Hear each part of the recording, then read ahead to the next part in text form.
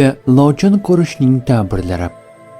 Tushda lochin ko'rish odatda kuch, erkinlik yoki yuqori maqsadlar bilan bog'liq ramziy tush hisoblanadi.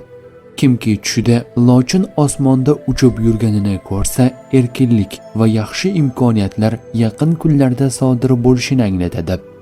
Bordiyu tush ko'ruvchi tushida lochin qo'liga qo'nganini ko'rsa, omad, foydali tinishuv yoki yaxshi xabar eshitadi.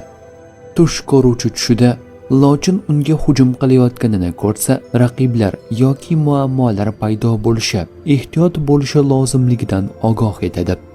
Tushda jarohatlangan yoki o'lik lochinni ko'rish kuch yo'qotish, ishonchsizlik yoki vaqtinchalik qiyinchilikni ifoda etadi.